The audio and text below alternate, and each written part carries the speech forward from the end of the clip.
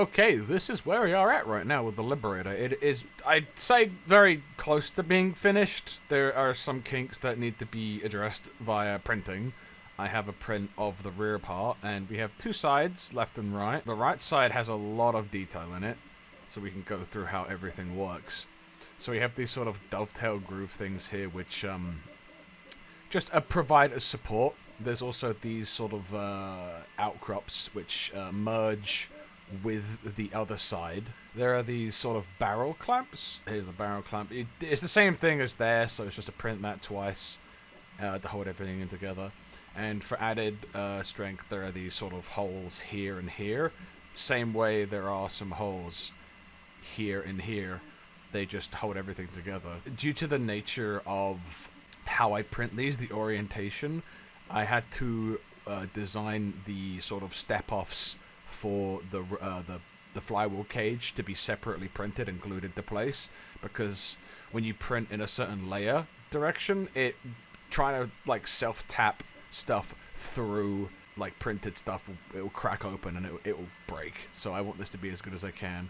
I also had to like carve out this piece a bit more so the battery wires can actually fit, and that has kind of affected the sort of look on this side. But I already have this bulbous taste here, so the look isn't like affected too much. There's also this dust cover, which serves as a like a jam door.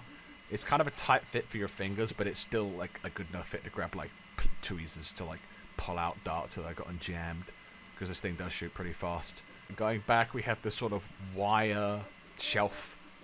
I don't know what to call it. It's better. It's for organizing, because later on I'll show you how awful the cable management is for this thing. Back here we have the area where the rapid strike pusher will go, and there's just this simple little pusher lock here that interfaces with the pin on the top of pusher. On the left side, it's just kind of the same. They're just like recesses for things to mate correctly. Same with here. There's sort of dovetaily things here, and here. There's like, you know, there's holes because there is this sort of piece which you have to print out to glue it to just put everything together, and everything pretty much goes together via like screws and bolts and stuff, and these melt-in threads which you will need for this.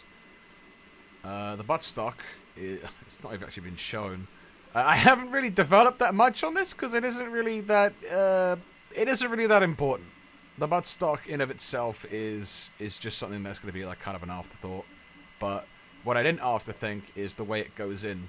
So essentially what you would do is you would take the buttstock and you would just kind of slot it in, push it up, and then there should be a hole here for another one of those melt-in threadings, and you would just put that in with a screw, and it should hold it in. And this is kind of the proposed battery compartment. There's even a recess here for a bit more space.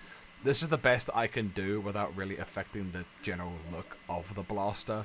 I was going to have a cutout like here, like a battery tray, but I don't want to affect the look of this thing more than I already have. And of course, we have the Liberator markings on either side.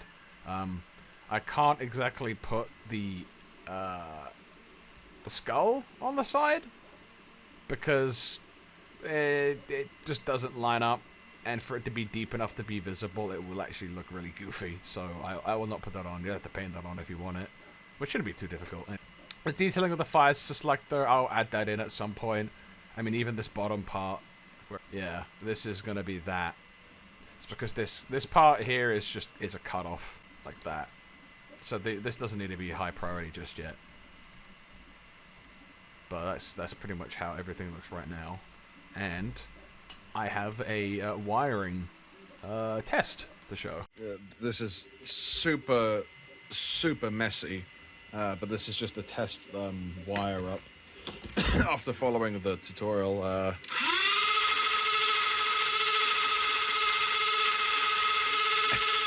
it's so good. It runs so good. So this will be kind of a really crap firing test. I already did a little test downstairs, but I don't want to annoy the family. And it seems like there's a bit of a crunch pushing it in. So, magazine capacity, compatibility rather, I hope will be good. I mean, from this side it looks pretty good, but I don't like the sound of that. Something sounds broken, but